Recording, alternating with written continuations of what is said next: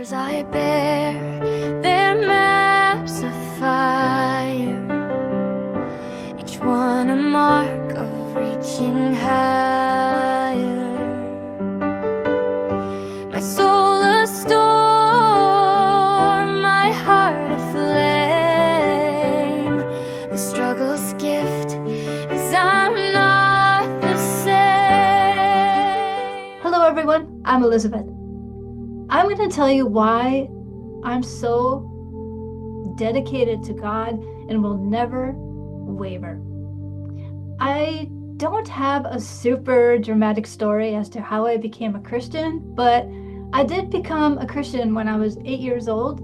I was introduced to Jesus at school. But what I do have are testimonies of strength, character building, struggle, and miracle witnessing. I got married to my first husband when I was 19. I thought it was going to be like this super fantastic marriage. I thought I'd found my best friend for life, but it wasn't. Not from the get-go.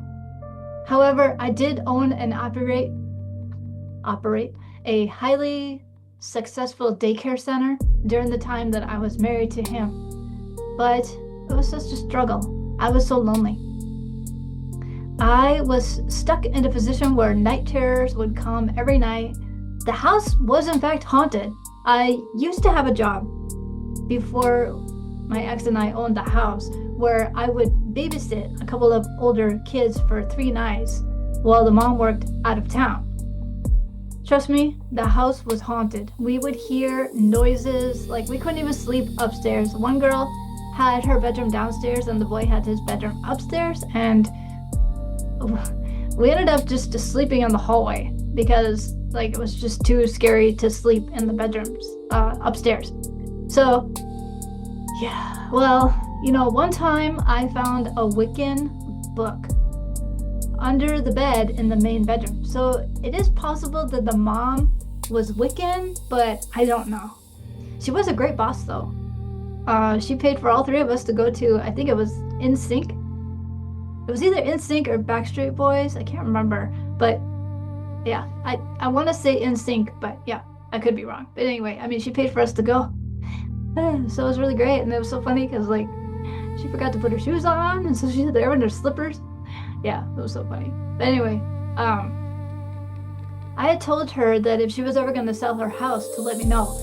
This house was built in 1929 and it was such a cool house. I just loved it. It was so cool. So we bought it. And, after we divorced, I remember crying out to God for like 3 hours. I was just crying non-stop. I wanted relief. I was not crying out to God because of the divorce. That needed to happen. But I just felt so defeated. I felt so unwanted, so unliked. I felt like I was constantly belittled by everyone. So hopefully I'm making sense in telling my story. I don't want this story to go really, really long, so I'm kind of like making shortcuts. So if you don't understand, please just reach out to me and ask me and I'll tell you. So I owned my daycare for about 10 years and I had had enough. I had had enough of the marriage. I had enough of my daycare. I knew everything there was about daycare. We were required to have like education classes and stuff like that. And most of the time I got away with not going to the classes because I'd already gone to 2 years of child development training, like school, college. And so I didn't have to go to the classes. But it was like I knew everything about daycare and kids and everything. I really wanted to move on to something else. So I had had enough. So we got divorced. I closed my daycare. This led to many, many trials. But I depended on God. I sold my house. Well, I lost my house. I sold it back to the bank. I sold all of my belongings on eBay, and I knew that my house was going to get foreclosed. I called them and I told the mortgage company, I can pay for January, but then after that, I'm not going to be able to pay anymore because I can't pay for anything. I have 0 money. And so I got the house ready, I got it all cleaned out, everything was ready, I got my stuff out, and I found an apartment and moved out. And when I moved to a really, really small town because the rent was cheaper there. So I moved about maybe 20 minutes from where I was, half an hour, something like that. And, I sold everything on eBay to pay my bills and, get out of debt because of my ex, I got into debt. Now, because of that was all paid off. It's all been paid off now for years, and I've been debt-free ever since. So 10 years of suffering and 16 years of recovery. I met Phil about 17 years ago in the most unbelievable way, and it really worked. It's been working out so well. God has used him, along with wise counselors, to speak truth and love into my life. I, with the help of God and Phil, have been able to build my ministry into what it is today. So this is really like the short version of my testimony. To go into all the details of different jobs and such is not really necessary.